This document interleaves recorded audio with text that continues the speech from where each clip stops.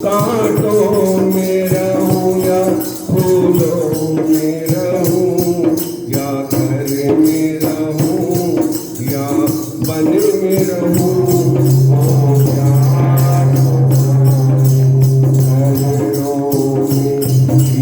घर में रहूं या वन में रहूं हो प्यार तुम्हारे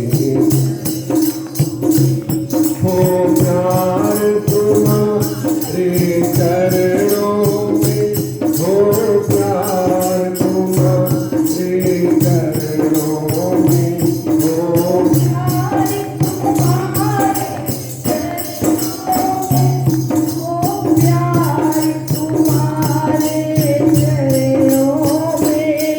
मधुसूदन नटवर बनवारी हो प्यार तुम्हारे चरणों में मधुसूदन नटवर बनवारी हो प्यार मैं जग से खूब झुका मोहन और सबको परख लिया मैंने मैं जग से सबको परख लिया मैंने मैं जग से खूब झुका मोहन और सबको परख लिया मैंने अब शरण तिहारी गिरधारी हो प्यार तुम्हारे चरणों में अब शरण तिहारी गिरधारी हो प्यार तुम्हारे चरणों में हे बांकी बिहारी गिरधारी हो प्यार तुम्हारे चरणों में बांकी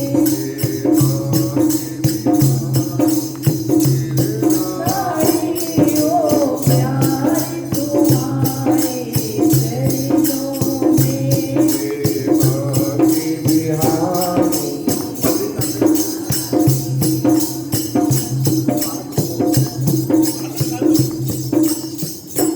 हे बांके बिहारी गिरधारी हो प्यार हे बांके बिहारी गिरधारी हो प्यार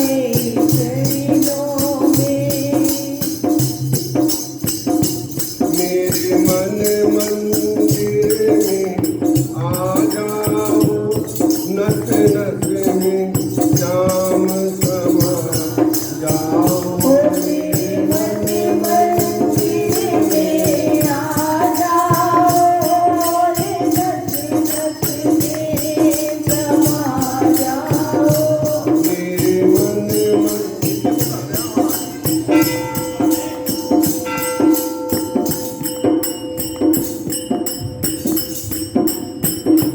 मेरे मन मंदिर में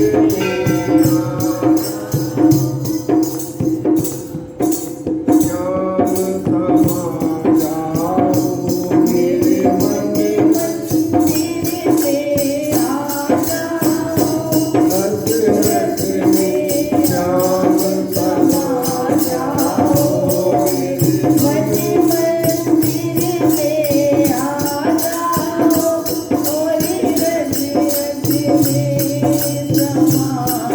अब शरण कमल बलिहारी हो प्यार तुम्हारे चरणों में अब शरण कमल पे बलिहारी हो प्यार तुम्हारे चरणों में हे बांके बिहारी बनवारी हो प्यार तुम्हारे चरणों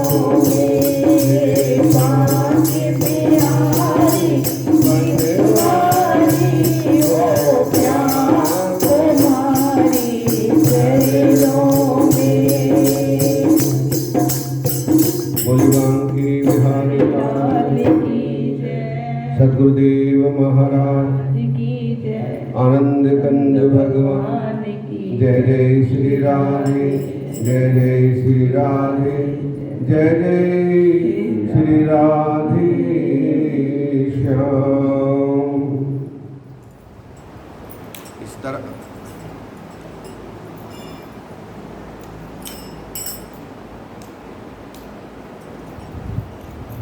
इस तरह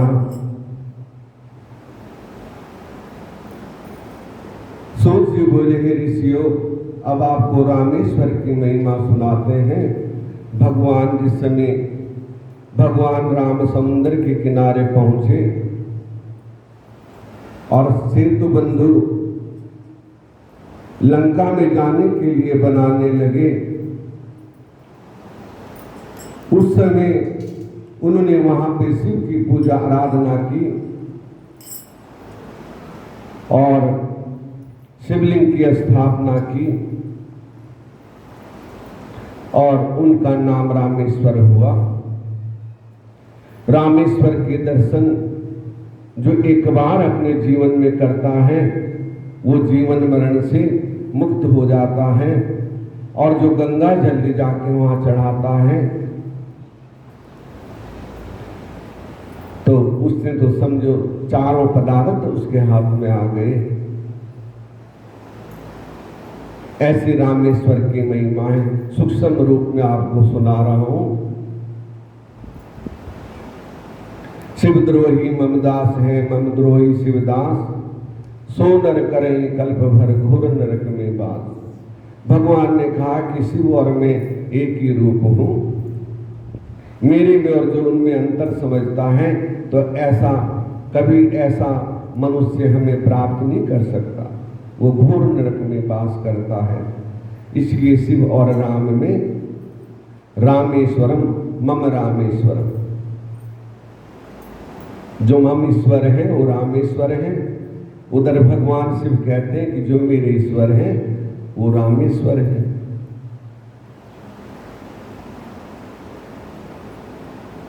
तो इस तरह रामेश्वर की महिमा। उसके बाद सुदेहा सुधर्मा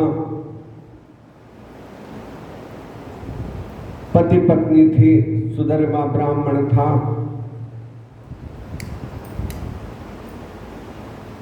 प्रतिदिन पूजा पाठ करता था।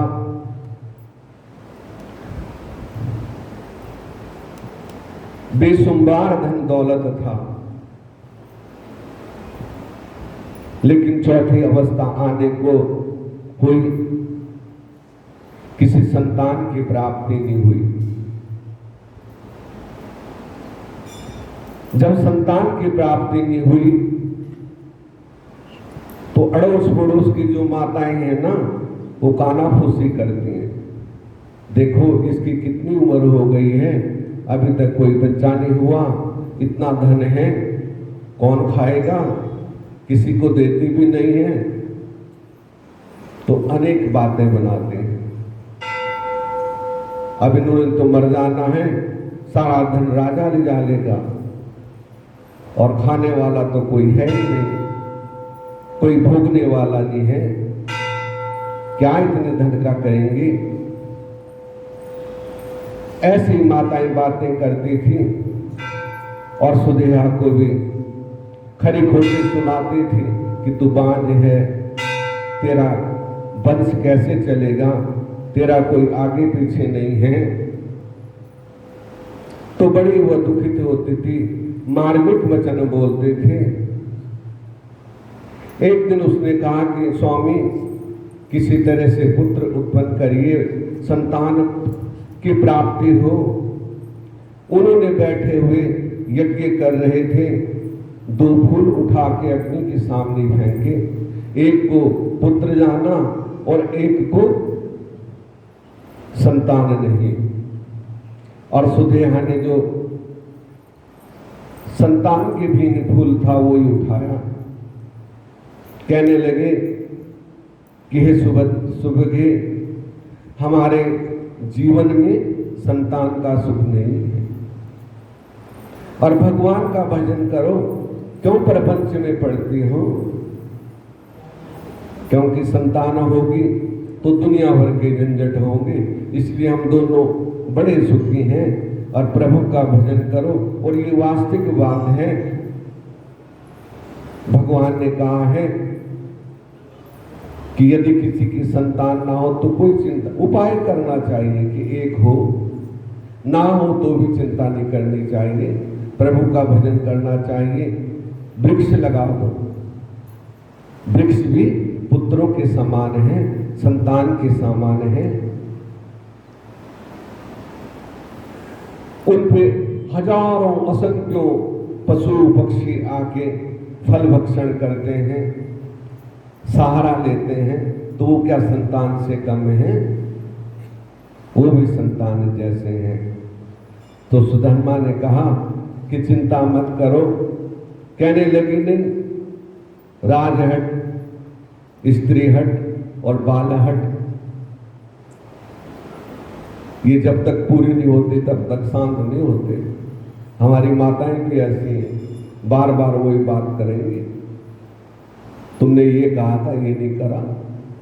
ऐसी बच्चा है, बार बार वही कहेगा कि ये चीज ला के दो, ये खिलौना ला के दो, तभी मैं दूध पीऊंगा, तभी मैं खाना खाऊंगा। ऐसी राजहट है। तो कहने लगी, स्वामी हमारे संतान नहीं हो सकती तो मेरी बहन भुस्मा है, अभी छोटी उम्र है, आप उससे शादी कर लो, उससे संतान हो जाएगी। तो सुधर्मा कहने लगे कि प्रिय देख, सौत के साथ कोई भी सुख नहीं रहता, सौत तो मिट्टी की भी बुरी होती है, सौतों में लड़ाई हो जाती है।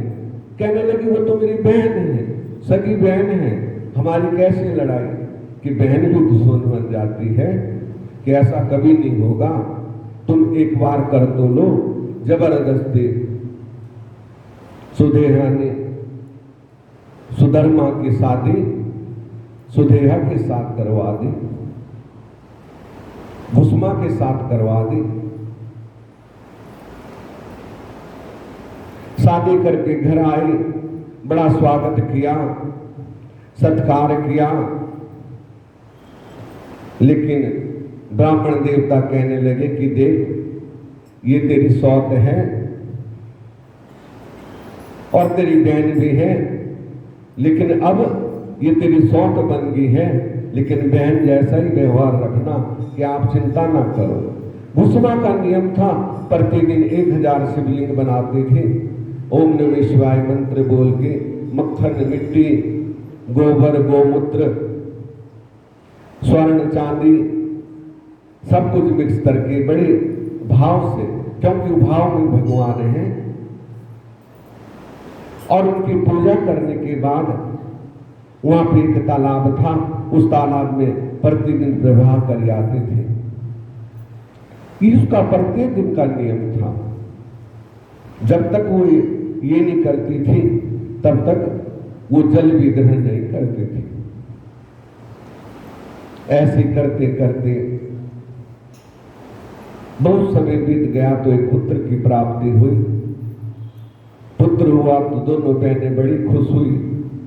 पुत्र बड़ा हुआ, उसकी शादी हो गई, बहू भी आ गई। तो सुधेहा भुस्मा से ईर्षा करने लग गई, जो कहती थी कि मैं ईर्षा नहीं करूंगी, उसके मन में ईर्षा होने लगी। इसका तो पुत्र है, इसका कहना मानता है और मेरा तो कोई भी नहीं है। जबकि लेके वो आई, सब कुछ उन्हें किया और मन में बड़ी जलन रखने लगी। एक दिन उसने सोचा कि इसे खून के आंसू रुलाना है किसी तरीके से, ऐसा कुछ हो। एक दिन समय देख के रात को वो सो रहा था और सोते हुए तलवार लेके उसके टुकड़े टुकड़े करके इतनी निर्दयी हो गई, क्योंकि ये हृदय कब परिवर्तन हो जाए कुछ कह नहीं सकते। कब हमारे अंदर देव शक्ति आ जाए, कब असुरी भावना आ जाए, कुछ कह नहीं सकते। इसलिए प्रभु का भजन करना चाहिए।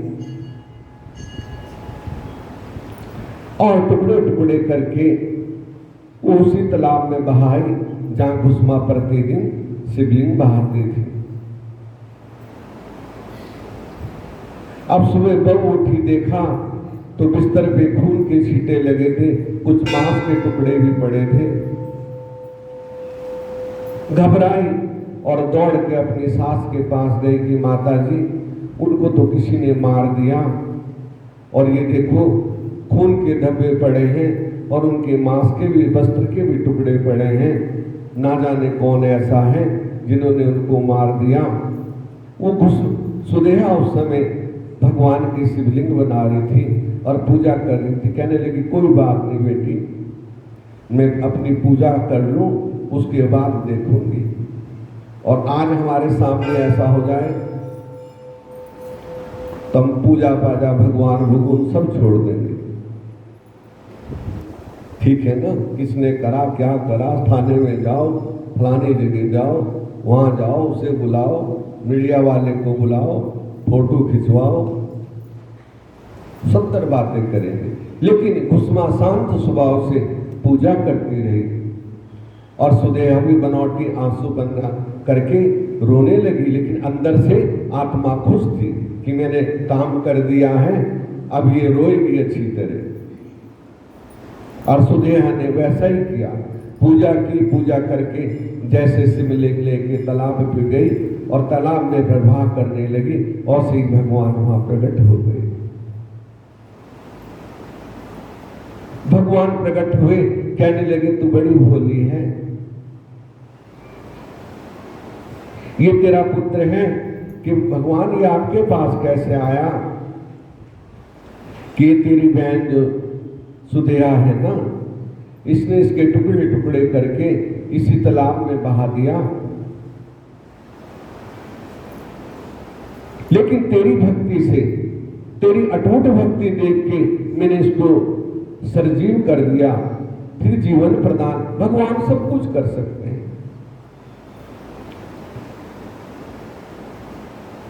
वो एक मिट्टी में भी प्राण डाल सकते हैं।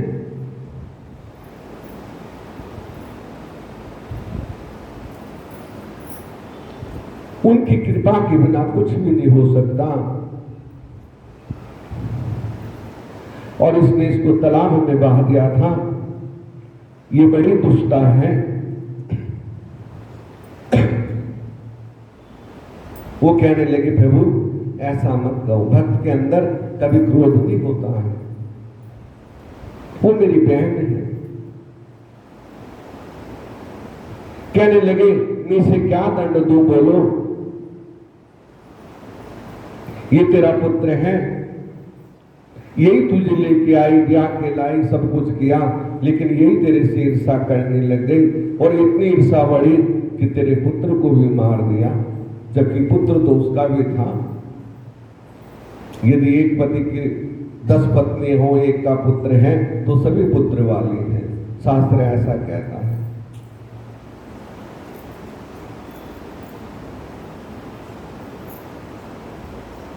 अब इसे मैं क्या दंड दूं? घुसमा कहने लगी कि प्रभु यदि आप मेरी भक्ति से प्रसन्न हैं, मेरा पुत्र आपने लौटा दिया और मैं ये वरदान मांगती हूं कि इसने, मेरी बहन ने जो गलती की है, इसको क्षमा कर दो। भक्त हृदय नवनीत समाना, भक्त का हृदय नवनीत के समान होता है, मक्खन के समान होता है, जो एकदम पिघल जाता है, वो कभी ईर्षा नहीं रखता। और यही सच्ची भक्ति है कि हमारे मन में ईर्षा नहीं होनी चाहिए। अरे पानी जैसी वस्तु बड़ी सुलभ है, भगवान ने कहा है। जब हम यहां से जाते हैं ना, तो यम के दूत हमारे से पूछते हैं, करे जल जैसी वस्तु भी तैने किसी को नहीं दी, यदि कोई मांगने भी आया तो हमारा मन ईर्षा से भर, इसको पानी देना पड़ेगा। हाँ, ऐसे भी हैं लोग। जो एक सुलभ सी वस्तु है, तो कहां से कल्याण होगा, कैसे कल्याण होगा? तो उसने कहा इसको माफ कर दो और प्रभु बस मैं यही मांगती हूं और सदा के लिए आप यहीं पे विराजमान हो जाओ। तो वहां पे वो भगवान का ज्योतिर्लिंग घृणेश्वर के नाम से स्थित हो गया, जिसे घुश्मेश्वर भी कहते हैं। आज भी उस स्थान पे तालाब बना हुआ है। औरंगाबाद में, महाराष्ट्र में कोई गया होगा तो देखा होगा। कौन कौन माताएं गई हैं? मैं रोज पूछता हूं, बोलो कोई गई है? घुश्मेश्वर के दर्शन किए हैं? हमारे बंटी जी ने किए।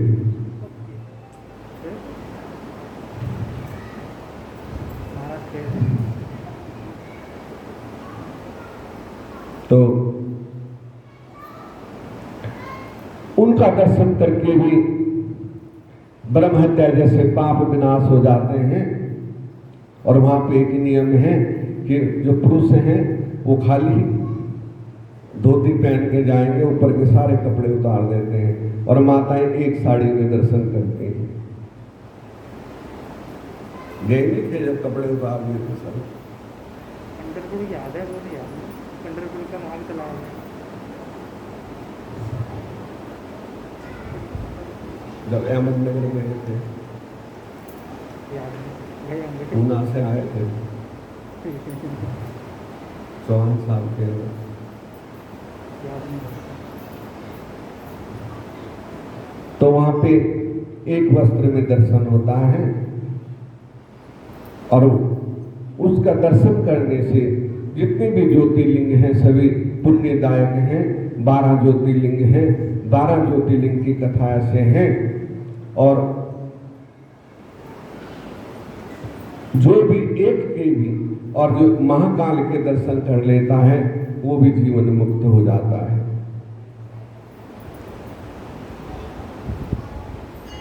भरोसा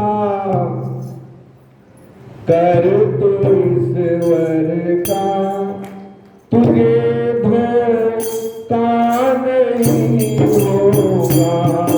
भरोसा कर तू ईश्वर का, तुझे धोखा नहीं होगा। ये जीवन बीत जाएगा, ये जीवन बीत जाएगा। तुझे रोना नहीं होगा। भरोसा कर तू ईश्वर का, तुझे धोखा नहीं होगा।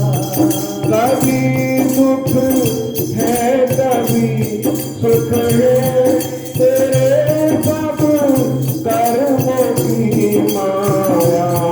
कभी दुख है कभी सुख है, तेरे सब कर्मों की माया। खुद ही धूप में बैठा, खुद ही धूप में बैठा, लगे निज तन को छाया है। भरोसा कर तू ईश्वर का, तुझे धोखा नहीं होगा। भरोसा कर तू ईश्वर का, तुझे धोखा नहीं होगा। ये कुछ भी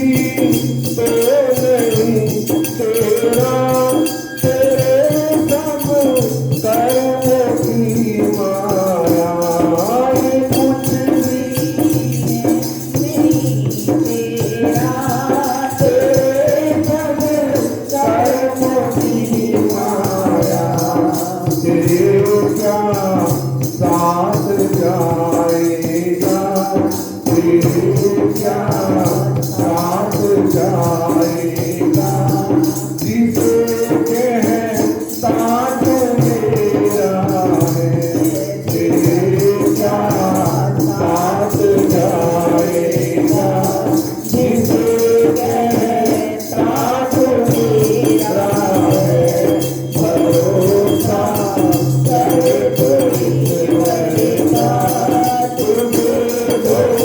तुझे धोखा नहीं होगा भरोसा कर तो ईश्वर का तुझे धोखा नहीं होगा जीवन बीत जाएगा जीवन बीत जाएगा तुझे रोना नहीं होगा भरोसा कर तू ईश्वर का तुझे धोखा नहीं होगा जो दुखरा ये तो रोलेगा जो दुखरा ये तो हंसलेगा जो दुखरा ये तो रोलेगा जो दुखरा ये तो हंसलेगा प्रभु के नाम कभी कहना प्रभु के नाम कभी कहना खुद पर ही ये फैलेगा प्रभु के नाम कभी कहना खुद पर ही ये फैलेगा भरोसा कर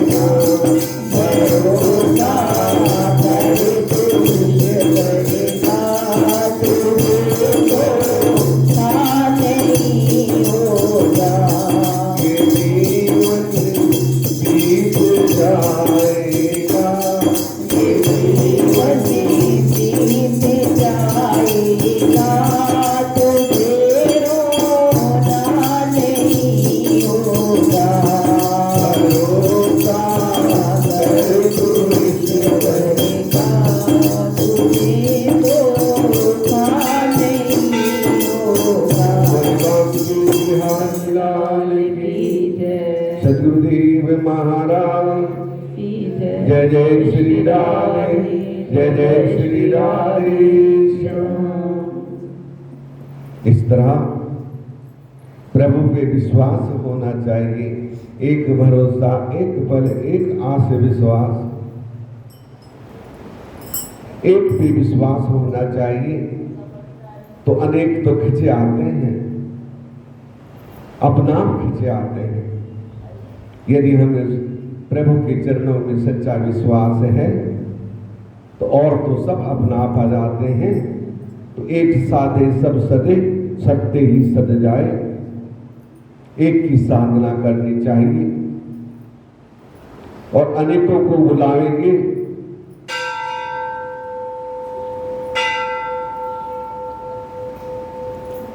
तो उनमें ही संघर्ष हो जाएगा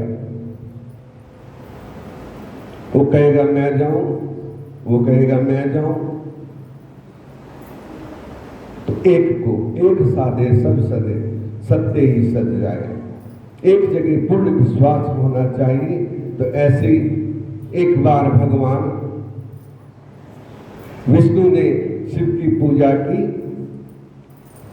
और वो सहस्त्र 1000 कमल लेके आए और एक एक नाम लेके भगवान का एक एक कमल चढ़ाने लगे और भगवान ने भगवान की भिक्षा लेने के लिए एक कमल वहां उनमें से गायब कर दिया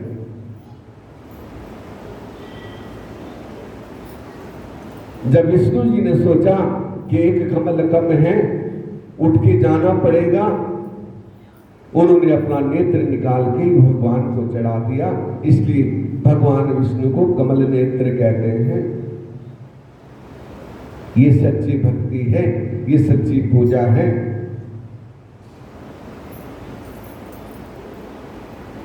एक कमल प्रभु राखो तभी कमल नैन प्रभु नाम पढ़ो तभी कि तभी जब ये कमल भगवान ने गायब कर दिया तो नेत्र चढ़ा दिया और भगवान ने उनको कमल नेत्र कहा, कमल नयन कहा। तो इस तरह पाठ एवं पूजन द्वारा शंकर जी प्रसन्न हुआ।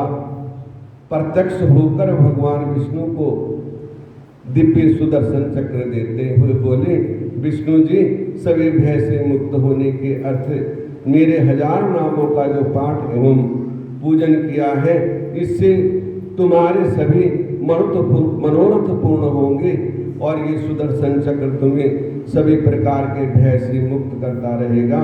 इसे धारण करो और जो भी पुरुष प्रातः काल उठकर मेरा पूजन करके खड़े होकर इन 1000 नामों का पाठ करेगा, उसे सभी सिद्धियां प्राप्त होंगी। विष्णु जी मैं तुम पर बहुत प्रसन्न हूँ, अब अपनी इच्छा के साथ वर मांगो। विष्णु जी बोले, हे स्वामी इस दास पर आप सदा कृपा करते रहें, मैं सदा आपकी भक्ति में लगा रहूं। शंकर बोले, विष्णु जी तुम सभी देव में श्रेष्ठ स्तुति के योग्य विशंबर कहलाओगे। सूत जी बोले, इस प्रकार कहकर हम सुदर्शन चक्र देकर भगवान शंकर अंतर ध्यान हो गए। भगवान ने आशीर्वाद दिया और सुदर्शन चक्र अपना विष्णु भगवान को दिया, क्योंकि शिव विष्णु और ब्रह्मा ये तो एक ही रूप है, अलग नहीं है। हम अलग सोचते हैं ना, अलग नहीं है, वो एक ही रूप है, एक ही शक्ति है।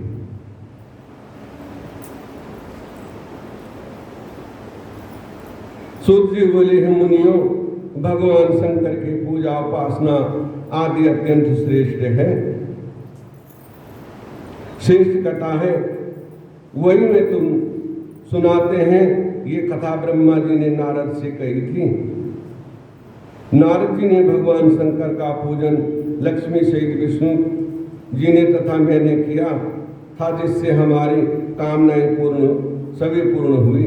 भगवान सदाशिव का पूजन तो दुर्वासा, विश्वामित्र, शक्ति, दति जी, गौतम, कर्णा, भार्गव, बृहस्पति, वैश्वमान, पराशर, व्यास, उपमन्यु, याज्ञवल्क्य, नैमी, गर्भ आदि सभी ऋषि किया करते हैं। इसी प्रकार शुक्र, शौरिक आदि भी शिवराधना किया करते हैं। अदिति वधु के साथ श्रद्धा भक्ति पूर्वक शिव पार्थो के लिंग का पूजन किया करते हैं। इंद्र आदि लोकपाल, वासुकी, देवता, संध्या, गंधर्व, किन्नर, अन्य उपदेवता आराधना करते हैं। हिरण्याकश्यप, हिरण्याक्ष, प्रहलाद, विरोचन, बाणासुर, हिरण्याक्ष पुत्र, विष्णु, वदनु, दानव आदि सभी शिव भक्त हुए हैं। शेष, वासुकी, तक्षक, गरुड़ आदि पक्षी गण शिव पूजक हैं। सूर्य, चंद्र, शंभु सभी मनोराजा प्रिय, व्रत, उत्नपाद, ध्रुव, वृषभ, भरत इसके सभी भ्राता भी शिव भक्त हुए। राजा दिलीप, रघु, नीतीश, अज, गुरु वशिष्ठ की आज्ञा से राजा दशरथ आदि सभी सूर्यवंशी राजा रानियों के साथ शिव पूजन में लगे रहते थे। तभी तो भगवान शंकर जी अतुल कृपा से रानी कौशल्या के गर्भ से विष्णु के अवतार श्री राम, सुमित्रा के लक्ष्मण और शत्रुघ्न एवं केकई से भरत ये 4 पुत्र प्रकट हुए। श्री राम तो शिव परम भक्त रुद्राक्ष एवं भस्मधारी थे। शिव पार्थिव लिंग के पूजन कार्य में लगे रहते थे। श्री वशिष्ठ जी ने अपनी तपस्या के बल से सुमनु पुत्र हो जाने का वर दिया था। ये सुमन एक दिन उस मन में गए जिस मन में आ जाने वाले पुरुष को स्त्री भाव प्राप्त हो जाता है। इसके लिए श्री पार्वती की प्रसन्नता हेतु भगवान शंकर ने ऐसा कर रखा था। तब उस वन में जाकर सुष्मन स्त्री हो गए। उसके बाद सुष्मन ने शिव पार्थिव लिंग की विधिवत पूजा की, जिससे प्रसन्न होकर सदाशिव ने 1 महीने पुरुष तथा 1 महीने स्त्री रहने का विधान कर दिया। उसके बाद सुष्मनु अपने राज्य अपना राज्य पांडपुत्रों को दिया और वो फिर वन में जाकर शिव आराधना करके परम पद को प्राप्त किया। सुषमनों के पुत्र ने भी शिव भक्ति द्वारा मुक्ति प्राप्त की। पुरुषोत्तम श्री कृष्ण बद्रीगिरी नामक पर्वत पर निवास करके 7 महीने पर्यंत शिव आराधना की और शिव प्रसन्न हुए। उनसे वर पाकर ब्रह्मांड भर को अपने बस में कर लिया। जगत भर में गुरु कहलाए श्री कृष्ण के वंश में उत्पन्न प्रद्युम्न, साम आदि भी शंकर भक्त हुए। सूत जी बोले, इस प्रकार अनेकों देवता, ऋषि, मुनि, मनुष्य, राक्षस आदि शंकर भक्त हुए हैं। उनकी गणना तो हो ही नहीं सकती, क्योंकि सभी शिव भक्ति करते हैं और शिव भक्ति से ही मुक्ति प्राप्त होती है। ये सत्य है। इसलिए तो कहा, एक साधे सब सदे, सत्य ही सद जाए। तो एक की साधना करनी चाहिए।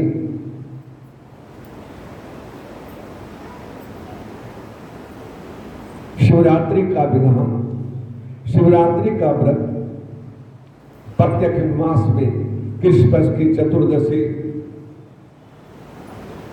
और कई बार त्रोदशी युक्त शिवरात्रि होती है, लेकिन साल में 2 शिवरात्रि मुख्य हैं। एक तो सावन शिवरात्रि जो परसों थी, और एक फागुन कृष्ण पक्ष की शिवरात्रि। ये 2 व्रत जो इनका व्रत करता है, सच्चे मन से भगवान को काले तिल, धतूरा, पुष्प, कनेर के फूल,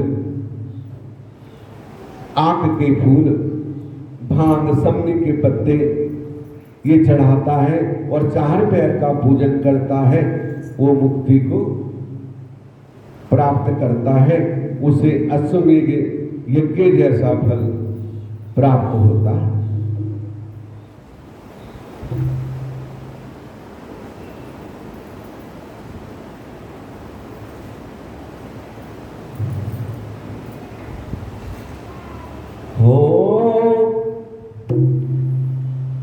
जितना राधा रोई रोई कान्हा के लिए, जितना राधा रोई रोई कान्हा के लिए, कन्हैया उतने रोए रोए है सुदामा के लिए। कन्हैया उतने रोए रोए है सुदामा के लिए। जितना राधा रोई रोई कान्हा के लिए, जितना राधा रोई उतना कान्हा रोए रोए है सुदामा के लिए। उतना कान्हा रोए रोए है सुदामा के लिए। हो जितना राधा रोई रोई कान्हा के लिए, जितना राधा रोई रोई कान्हा के लिए, उतना कान्हा रोए रोए है सुदामा के लिए। उतना कान्हा रोए रोए है सुदामा के लिए।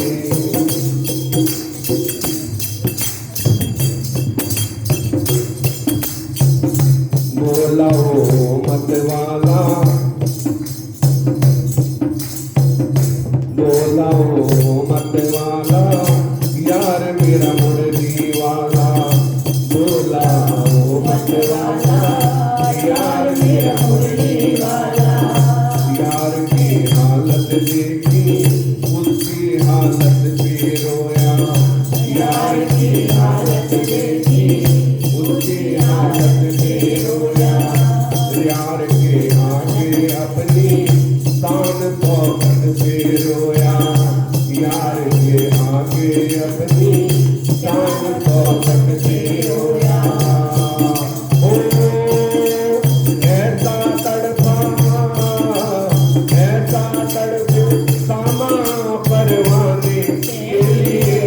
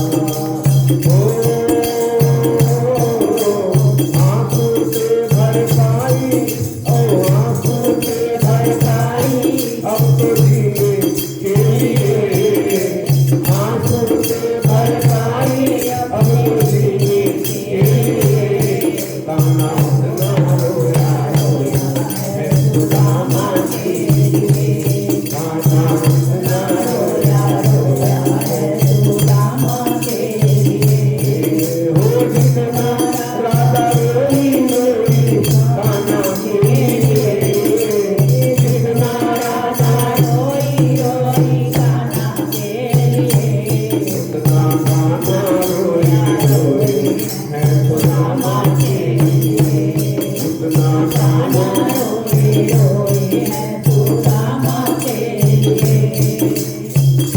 बोला वो मतवाला यार मेरा मुरली वाला बोला वो मतवाला यार मेरा मुरली वाला ओ कितना राधा रोई रोई कान्हा के लिए कितना राधा रोई रोई कान्हा के लिए उतना कान्हा रोई रोई है सुदामा के लिए उतना कान्हा रोई रोई है सुदामा के लिए